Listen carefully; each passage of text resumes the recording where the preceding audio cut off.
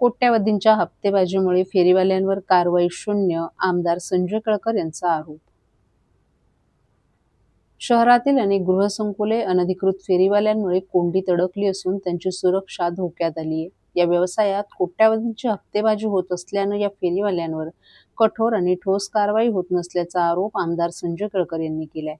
या प्रकरणी संबंधित पोलीस आणि पालिका अधिकाऱ्यांना स्पष्ट सूचना दिल्याची माहितीही त्यांनी दिली आहे. खोपट येथील भाजपच्या कार्यालयात आयोजित जनसेवकाचा जनसंवाद या कार्यक्रमात लोकउपवन आणि प्रताप सिनेमा परिसरातील गृहसंकुलांमधील रहिवासी उपस्थित होते. लोकउपवन गृहसंकुलातील सुमारे 500 रहिवाशांनी 96 फेरीवाल्यांच्या जाचाबद्दल निवेदन दिलं. गृहसंकुलांच्या प्रवेशद्वारासमोरच फेरीवाल्यांनी गरडा घातल्यानं रहिवाशांना बाहेर पडणं मुश्किल झाल्याचं रहिवाशांनी निदर्शनास आणून दिलं. दुसरीकडे प्रताप सिनेमा परिसरातील 5 सोसायट्यांसाठी असलेला खाजगी रस्ता देखील अनधिकृत फेरीवाल्यांनी ग्रस्त झालाय. याबाबत माध्यमांशी बोलताना केळकर यांनी अनधिकृत फेरीवाल्यांच्या बाबत व्यवसायात कोट्यावधींची हप्तेबाजी होत असल्यानं इतर शहरातील फेरीवालेही ठाण्यात बेकायदेशीरपणे व्यवसाय करत आहेत आणि संबंधित प्रशासनाकडूनही ठोस कारवाई होत नसल्याचं सांगितलं. या फेरीवाल्यांमुळे सामान्य नागरिकांची सुरक्षा धोक्यात आली आहे. भविष्यात गावदेवी अग्नितांडवाच्या पार्श्वभूमीवर कोणतीही दुर्घटना होऊ नये यासाठी पालिका, पोलीस आणि वाहतूक शाखा यांच्या संयुक्त विद्यमाने मोहीम घेऊन कायमस्वरूपी आणि ठोस कारवाई करण्याच्या सूचना केल्याची माहिती केळकर यांनी दिली आहे. तसंच रेल्वेच्या विकास कामांसाठी रेल्वेलगतची बांधळ चाल पाडण्यात येणार आहे. त्यामुळे 50 कुटुंब बाधित होणार आहेत. या कुटुंबियांच्या पुनर्वसनासाठी पुढील आठवड्यात महापालिका, रेल्वे प्रशासन आणि रहिवाशांची संयुक्त बैठक घेऊन ठोस नियोजन करण्यात येणार असल्याचंही आमदार संजय केळकर यांनी सांगितलं. या कार्यक्रमात मुफतलाल कंपनीचे कामगारही उपस्थित होते. नागरिक आले होते. त्याच्यातले एक 2-3 महत्त्वाचे विषय की जे सातत्याने अनेक ठिकाणी अनेक लोकांना भेडसावत असतात. त्याच्यातला महत्त्वाचा माझ्याकडे 500 लोकांच्या सहीने या ठिकाणी लोकउपवन म्हणून सोसायटी आहे. फार मोठी सोसायटी आहे आणि आजूबाजूला देखील भरपूर सोसायटी आहे. यांनी निवेदन दिलं आहे की आता आम्हाला गेटच्या बाहेर पडणं मुश्किल झालेलं आहे. एवढं त्या ठिकाणी हातगाड्या आणि फेरीवाले बसतात आणि त्याच्यामुळे आम्ही प्रत्यक्ष त्या अधिकाऱ्यांशी त्यांच्यासमोरच माझी चर्चा झाली आणि त्यांना आम्ही ठोकून सांगितलेलं आहे की तुमच्याकडनं जमत नसेल तर मग आमची टीम घेऊन आम्हाला उतरायला लागेल आणि त्या ठिकाणी त्यांना हटवायला लागेल. कारण की सामान्य नागरिकांची सुरक्षा, सुविधा ही आमच्या दृष्टीने अत्यंत महत्त्वाची आहे. या ठिकाणी याच्यामध्ये अनेक माफिया आहेत, अनेक हप्तेबाजी आहे. करोडो रुपयाची हप्तेबाजी या ठिकाणी या माध्यमातून चालते.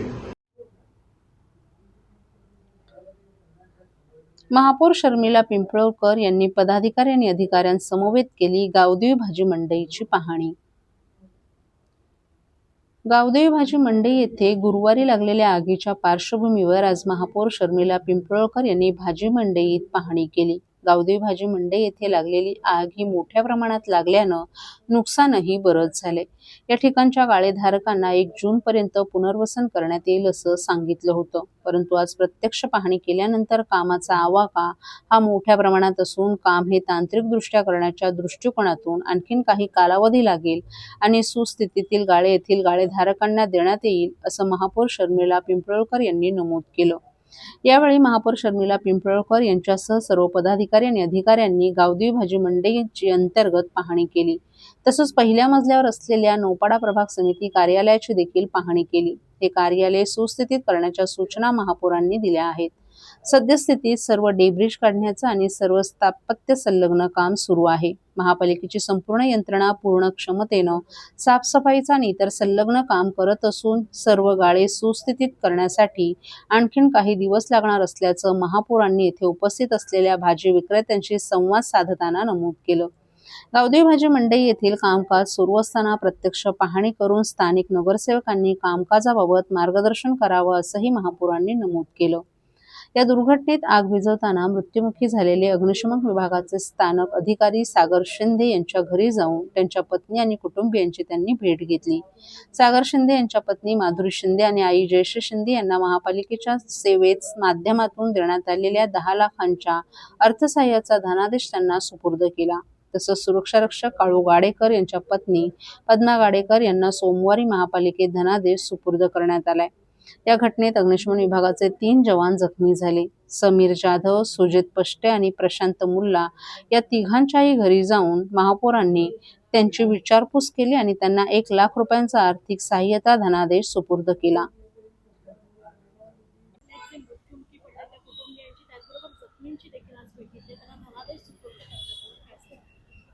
माननीय महापौर यांच्या समवेत सर्व पदाधिकारी आणि अधिकाऱ्यांच्या उपस्थितीमध्ये गावदेवी या ठिकाणी झालेली अतिशय दुःखद अशी दुर्घटनेच्या बाबत निश्चितच प्रकारे ठाणे शहरातल्या सर्वच नागरिकांना, राज्याचे उपमुख्यमंत्री शिंदे साहेबांना सुद्धा अतीव दुःख झालं आणि त्या अनुषंगाने यामध्ये झालेले 2 मृत्युमुखी आणि 3 जखमी यांना निश्चित प्रकारे महापालिकेच्या वतीने एक तात्काळमधून मृत्युमुखींना 10 लाख रुपये आणि जखमींना 3 लाख रुपये देण्याचं त्याच दिवशी आम्ही जाहीर केलं होतं. त्या अनुषंगाने आज प्रत्येकाच्या घरी जाऊन त्या ठिकाणी महापौरांच्या समवेत सर्वांना तो धनादेश अदा केला. त्याचबरोबर गावदेवी या ठिकाणी असणाऱ्या बांधकामासंबंधी 1 जून पूर्वी त्या ठिकाणचं बांधकाम पूर्ण करून पूर्वतः त्या ठिकाणी मार्केट चालू करण्यासंबंधी भूमिका घेतली होती. त्या अनुषंगाने आज या ठिकाणी आम्ही पाहणी केली असता त्या ठिकाणी निश्चित प्रकारे त्या कामाचं स्वरूप जर पाहता 1 जूनला ते शक्य नाही आणि अजून 10-15 दिवस लागतील आणि त्या ठिकाणचे काम अतिशय चांगल्या प्रकारे सुस्थितीमध्ये भविष्यात अशी घटना घडू नये त्या अनुषंगाने करण्याची भूमिका घेतली. त्या दृष्टिकोनातून येत्या शुक्रवारी 3 वाजता संबंधित अधिकारी आणि त्या विभागाच्या कामासंबंधित त्या विभागातले लोकप्रतिनिधी यांच्या समवेत एक बैठक घेऊन एक चांगल्या प्रकारचं तीच इमारत त्या ठिकाणी सुस्थितीत निर्माण करण्याची भूमिका आम्ही घेतलेली आहे आणि त्या दृष्टिकोनातून आजचा दौरा हा होता. पाहणी केली पण जसं तुम्ही उल्लेख केला 1 जून पर्यंत ते शक्य नाही होते, तर किती दिवसांचा कालावधी अजून लागेल? साधारण एक 10-15 दिवसाचा कालावधी लागेल का त्या ठिकाणी असणाऱ्या ज्या त्रुटी आहेत त्या त्रुटी दूर करून भविष्यात अशा प्रकारची घटना घडू नये या अनुषंगाने प्रयत्न आम्हाला करावा लागणार आहे. त्यामध्ये फायरचा विषय असेल, स्ट्रक्चर ऑडिटचा विषय असेल, या सर्व बाबीचा त्यामध्ये अंतर्भाव असल्यामुळं या सर्व बाबीचा अंतर्भाव ठेवून एक चांगल्या प्रकारचे त्या ठिकाणी आम्ही इमारत तयार करून देणार आहोत. सर्व नागरिकांना आवाहन करण्यात येत आहे की सध्या डासांमार्फत पसरणाऱ्या डेंग्यू या आजाराचा प्रसार रोखण्यासाठी प्रत्येकाने पुढील प्रमाणे कार्यवाही करावी. डेंग्यू आजार एडिस इजिप्ती हा डास चावल्याने होतो. या डासांची पैदास साचलेल्या किंवा साचवलेल्या स्वच्छ पाण्यामध्ये होते. 8 दिवसांपेक्षा जास्त दिवस पाणी उघडे व साचून राहिल्यास त्यात डास अंडी घालतात. अंड्यांच्या अळ्या तयार होऊन पुढे डास तयार होतात. यासाठी आपल्या घरातील पाणीसाठे उदाहरणार्थ बॅरल्स, पिंपे, टाक्या, हौद, रांजणे इत्यादी दर आठवड्याला रिकामे करून घासून पुसून कोरडे करून पुन्हा भरावे. 1 दिवस कोरडा दिवस म्हणून पाळावा. पाणी साठ्यांना घट्ट झाकणे बसवावीत किंवा जुनी साडी, चादर, धोतर यांनी बांधून झाकून ठेवावीत, म्हणजे डास त्यात जाऊन अंडी घालणार नाहीत. घराच्या गच्चीवर, आजूबाजूला, अंगणात कोठेही पाणी साचू देऊ नये. भंगार सामान उघड्यावर टाकू नये. उदाहरणार्थ टायर्स, प्लास्टिक सामान, कुंड्या, टाकाऊ वस्तू इत्यादी. अशा सामानात पावसाचे पाणी साठून त्यात डेंग्यूच्या डासांची पैदास होते. घरातील कूलर्स, फ्रीजच्या पाठीमागील ट्रे हे देखील वेळोवेळी कोरडे करावेत. लक्षात ठेवा, नुसत्या फवारणीने डास घनता कमी होत नाही, तर त्यासाठी डास पैदास ठिकाणे नष्ट करणे ही आपल्या सर्वांची जबाबदारी आहे. कोणताही ताप अंगावर न काढता जवळच्या शासकीय रुग्णालयात मोफत औषधोपचार घ्या. अशा प्रकारे नागरिकांनी सहकार्य केल्यास डेंग्यूचा प्रसार रोखणे सहज शक्य आहे.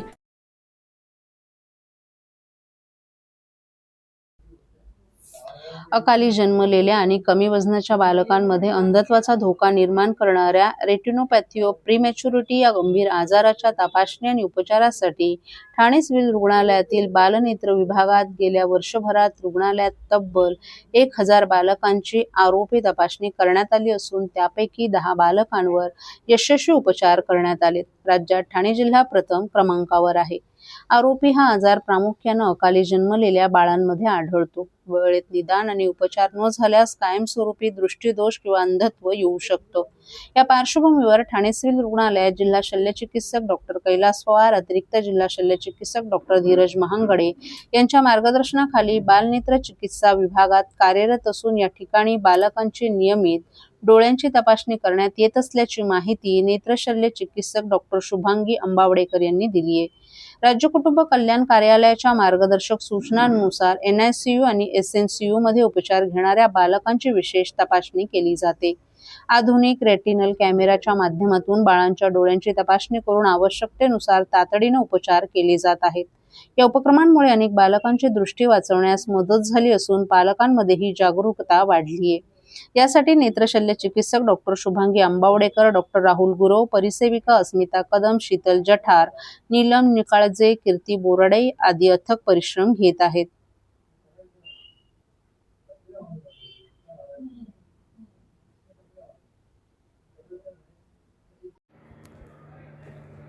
ॲक्च्युली जे प्रीटम बाळं, लहान बाळं जे जन्माला येतात, त्याचं वजन कमी असतं, वय कमी असतं, त्यांना काचेच्या पेटीमध्ये ठेवतो किंवा आजारी असलेल्या बाळाला ऑक्सिजन आपण देतो.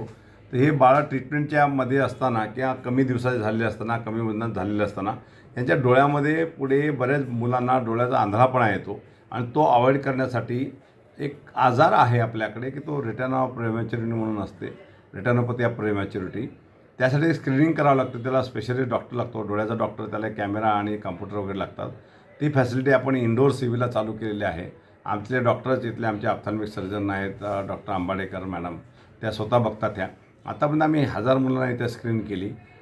सुरुवातीला आम्ही बाहेरनं आउटसोर्स करून डॉक्टर बोलत होतो, पण यांनी ट्रेनिंग घेतली, यांना कॅमेरा अवेलेबल करून दिल्यामुळे त्या तिथे स्क्रीनिंग करतात. आतापर्यंत 1000 मुलांना आम्ही याचं स्क्रीनिंग केलं आहे आणि सक्सेसिव्ह काही जे कमीत कमी 10 मुलांना तरी आम्ही पुढे त्यांना आंधळापणा येऊ नये यासाठी प्रिव्हेंटिव्ह ट्रीटमेंट करून त्या मुलांना आम्ही बरे केलेलं आहे. या मुलांचा रेग्युलर फॉलोअप आशा वर्कर, अंगणवाडीतर्फे, CH1कडनं, PSCच्याकडनं किंवा RHS यांना फॉलोअप करतो आम्ही. यांना रेग्युलर चेकअप करतो आणि यांचे डोळे तंदुरुस्त झाले याची काळजी घेतो. ही फॅसिलिटी आपण इथे अवेलेबल केलेली आहे. दिवसेंदिवस सिव्हिल हॉस्पिटलमध्ये ज्या काही चांगल्या गोष्टी करता येईल ते करण्याचा आमचा धडपड आहे आणि त्या दृष्टीनेच लोकांना जास्तीत जास्त लोकांना त्याचा फायदा व्हावा.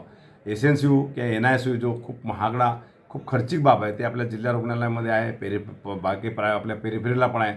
प्रायव्हेट रुग्णालयात हा खर्च परवडत नाही, पण आपण ते इथे एकदम जी काही बेड मान्यता त्यापेक्षा जास्त पदवी इथे ॲडमिट असतात आणि त्यांना आपण इथं ट्रीटमेंट करतो आणि फ्री ऑफ कॉस्ट करतो. माझ्या सगळ्यांना विनंती राहील की हे आरोपीचे बेबीज असतील तर आपल्याकडे बेबी त्यांना आम्ही स्क्रीन करतोच, पण जे काही ज्यांना काही अडचण असते त्यांना ट्रीटमेंटसाठीचा जो बाहेर खर्च करू शकत नाही किंवा काय, जास्तीत जास्त लोकांनी इकडे येऊन सिव्हिलचा फायदा घ्यायला पाहिजे अशी अपेक्षा आहे. धन्यवाद.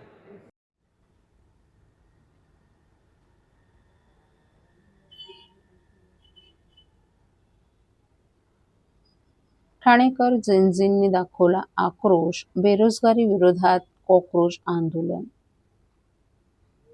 ठाणे शहरात जेनझींनी रस्त्यावर उतरून आपल्या मनातील खदखद गाणी, मेलोडी वाटप आणि घोषणांमधून दाखवून दिली. ठाण्यातील तरुणांनी पेपरफुटी, बलात्कार, बेरोजगारी विरोधात एकत्र येत कॉक्रोच आंदोलन केलं. या आंदोलनात मोदी आणि मेलोनी यांची वेशभूषा केलेल्या तरुण-तरुणींनी मेलोडी चॉकलेटचं वाटप केलं. तर या आंदोलकांच्या सोबत राष्ट्रवादी काँग्रेस शरद पवार पक्षाचे राष्ट्रीय सरचिटणीस डॉक्टर जितेंद्र आव्हाड, जिल्हाध्यक्ष मनोज प्रधान, युवक अध्यक्ष अभिजित पवार, युवक कार्याध्यक्ष राजेश कदमही रस्त्यावर उतरले. काल दुपारी ठाण्यातील तरुणांनी मासुंदा तलावाच्या कट्ट्यावर अनोखं आंदोलन केलं. Rap song, Modi Meloni, flash mob आदींच्या माध्यमातून केंद्र सरकारच्या धोरणांचा जोरदार निषेध केला. या आंदोलनात पेपर लीक की ये सरकार नहीं चाहिए अब की बार यांसारख्या अनेक घोषणा तरुणांकडून देण्यात आल्या. तसंच कॉक्रोच पार्टीच्या अनुषंगानं तयार करण्यात आलेले रॅप गाणे वाजवून तरुणांनी फ्लॅशमॉब केलं. विशेष म्हणजे मोदी आणि मेलोनीच्या वेशभूषेत आलेल्या तरुणांनी चक्क मोदी मेलोनींचा अभिनय करत उपस्थितांना मेलोडी चॉकलेटचं वाटप केलं. शिवाय मोदींनी मेलोडीचं नव्हे तर बेरोजगारीचं प्रमोशन करावं असं आवाहन केलं. या आंदोलनात जितेंद्र आव्हाड, मनोज प्रधान, अभिजित पवार देखील सहभागी झाले होते. त्यांनीही जोरदार घोषणाबाजी करत सरकारच्या धोरणांचा निषेध केला. भारताचे सन्माननीय सरन्यायाधीश सूर्यकांत यांनी देशातील तरुणांना झुरळ संबोधलं होतं. त्यातूनही कॉक्रोच जनता पार्टी सोशल मीडियावर जन्माला आल्याचं आव्हाड यांनी सांगितलं. आपल्या देशात अनेकांना शिक्षण मिळत नाही. ज्यांना शिक्षण मिळतं त्यांना नोकऱ्या मिळत नाहीत. त्यामुळेच तरुण वैफल्यग्रस्त झाले आहेत. या वैफल्यग्रस्त तरुणांना कॉक्रोच म्हणणं संयुक्तिक नाही. भारतात जगातील सर्वाधिक युवा शक्ती आहे. या युवा शक्तीचा उद्रेक होईल असंच हे भाष्य आहे. भारताची अर्थव्यवस्था डबघाईस आली आहे. परराष्ट्र धोरण पुरतं फसलं आहे. अशा स्थितीत कॉक्रोच हा तरुणांसाठी केलेला शब्दप्रयोग अंगाशी आल्याचं आव्हाड यांनी सांगितलं. आज कॉक्रोच जनता पार्टीचे 25 मिलियन फॉलोअर्स झाले आहेत. तेवढे कोणत्याही राजकीय पक्षाकडे नाहीत. यावरून तरुणांच्या मनातील राग दिसून येत आहे. तर मनोज प्रधान यांनी कॉक्रोच जनता पार्टी ही सरकार विरोधातील भावना असून हे आंदोलन करणारे तरुण आमच्या पक्षाचे सदस्य नाहीत. त्यांना मदत करण्याची विनंती त्यांनी केली होती. आम्ही त्यांच्या बोलण्यावरूनच या आंदोलनात सहभाग घेतल्याचं त्यांनी सांगितलं. हे आंदोलक सर्वसामान्य नागरिक आहेत. त्यांच्या भावना या आंदोलनातून सरकारपर्यंत पोहोचवणं गरजेचं आहे. आज कॉक्रोच जनता पार्टीचे फॉलोअर्स वाढत आहेत. त्यामुळे त्यांचं अकाउंट हॅक कराल, परंतु डोक्यातील रोष कसा लॉक कराल असा सवालही केलाय. तर अभिजित पवार यांनी सनदशीर मार्गाने आंदोलन करणाऱ्या तरुणांवर लाठीचार्ज केला जातो. बलात्कार विरोधात रस्त्यावर उतरलेल्या तरुणांना गुन्ह्यात अडकवलं जातं. आज तरुण रस्त्यावर उतरले आहेत. आम्हा तरुणांना झुरळ म्हटलं जातं. उद्या हे कॉक्रोच काय करू शकतात त्याची आज झलक दाखवल्याचं त्यांनी सांगितलं.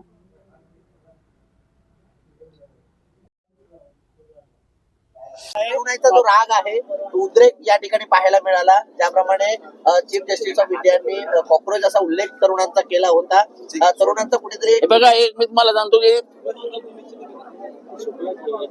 Chief justice of India his lordship Suryakantji यांनी जे काही म्हटलं की कॉक्रोच येथे, हे त्याने का म्हटलंय माहित नाही, पण तरुणांच्या माथ्यात डोक्यात गेलं ते की आम्हाला कॉक्रोच म्हणतं काय. आणि कॉक्रोच हा असा प्राणी आहे की तो कुठल्याही परिस्थितीत जिवंत राहतो. आणि एक लक्षात घ्या, या एका शब्दामुळे देशभरातलं वातावरण बदललं. कॉक्रोच जनता पार्टी कोणाच्या सुपीक डोक्यातनं बाहेर पडली मला माहित नाही, पण 25 कोटी फॉलोअर झालेत. 25 कोटी फॉलोअर. आणि कोणी म्हणेल की त्यांचं अकाउंट ब्लॉक केलं, त्यांना हे केलं, त्याला तुम्ही घाबरवून तर कुठलंच आंदोलन दाबू शकत नाही. जर दाबू शकले असते ते 1942चं आंदोलन गोळ्यांच्या आधारावरती ब्रिटिश दाबू शकले असते. ते दाबू शकले नाहीत कधी आंदोलन, तर तुम्ही काय दाबणार? किती जणांना माराल?